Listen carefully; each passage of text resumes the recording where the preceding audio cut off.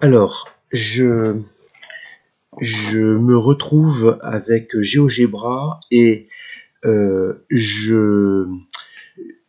j'ai ici l'écran tel que je l'ouvre. Donc la première chose que je vais faire, c'est que, alors quand je cliquerai droit, je l'expliquerai, sinon je clique, et puis ici, je vais pouvoir déplacer mon repère pour le mettre à peu près au milieu. Ensuite, ce que je vais faire, c'est que je vais venir placer deux points A. Vous n'avez peut-être pas la place liée à l'algèbre, je pense qu'on l'a dans affichage, vous voyez algèbre. Donc j'ai cliqué, c'est clic gauche, hein, je vous répète, clic droit, j'expliquerai comment faire. J'enlève, j'appuie sur la touche échappe.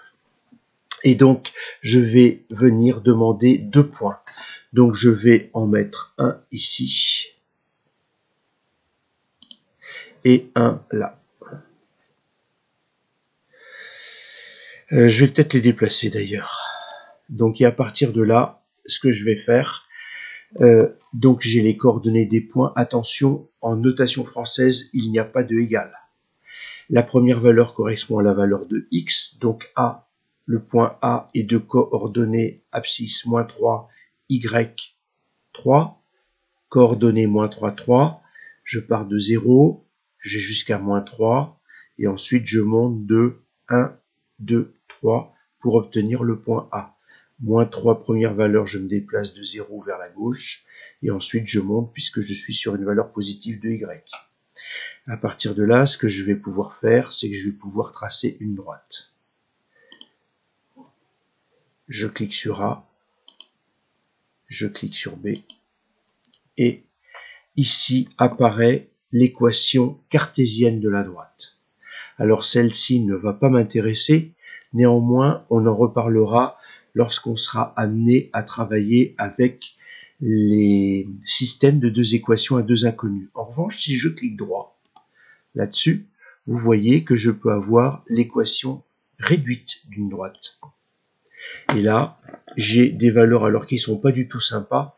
C'est donc pour cela que je vais être amené à déplacer un point par rapport à l'autre. Je vais vous faire remarquer que j'ai une valeur négative quand l'ordinateur me donne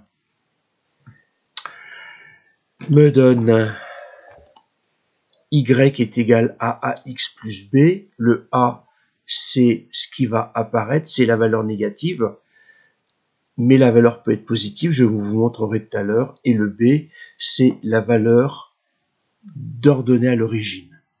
Donc, ici, je clique, et ce que je vais faire, c'est que je vais venir déplacer mes points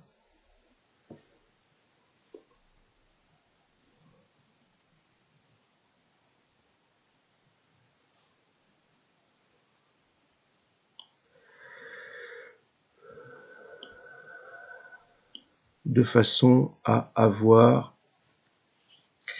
quelque chose de pas trop moche.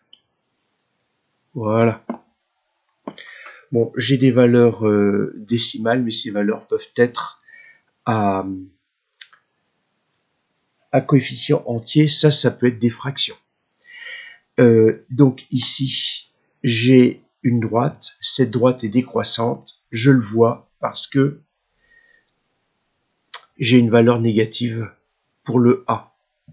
Et puis, ici, j'ai moins 2,8, cette valeur correspond à la valeur qui est exactement là. Donc si je prends deux autres points, maintenant, je vais laisser celle-ci, je vais prendre deux autres points, un ici, l'autre là. Si je trace la droite correspondante, toujours de la même manière, voilà. Ici, j'ai moins x plus y égale à moins 2, c'est une écriture cartésienne, d'équation cartésienne. Si je veux l'équation réduite, c'est y est égal à x moins 2. Donc, cette fois-ci, attention, il y a un coefficient, c'est 1 devant le x, et le moins 2, c'est la valeur qui se trouve là. Et donc le 1 veut dire quoi? Alors je vais y revenir sur le tableau. Pour une variation de 1, je monte de 1. Ici, en me mettant à un endroit qui peut être intéressant, j'en ai pas en plus, mais peu importe. Pour prendre un écartement de 1, je vais descendre exactement de 1,6. Et comme je descends, j'ai une valeur négative.